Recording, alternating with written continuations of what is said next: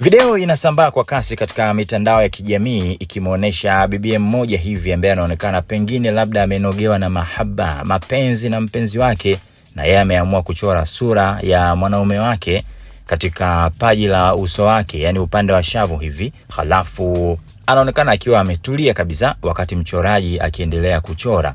Sasa watu ambao wamepata nafasi kuiona hii video wamemtahadharisha wakisema kwamba kile ambacho anakifanya asije kukijutia katika maisha yake pale ambapo watakapoje kukosana, kwa sababu tattoo yenyewe ni tattoo ambayo haifutiki kirahisi.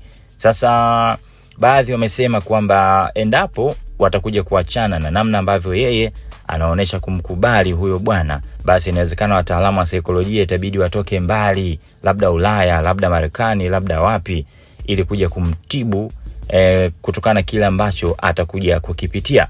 Lakini kuna wengine wamemuunga mkono, wao wanasema kwamba bana, mahaba ni katika namna ya kuonesha mapenzi yake ya dhati kwa huyo mwanaume wake pamoja na uaminifu, ndio maana ameamua kuchora tattoo hiyo. Binafsi una mtazamo gani katika hiki ambacho amekifanya bibi huyu ambaye kiukweli ameshangaza watu wengi kweli kweli? Tupe mtazamo wako hapo chini.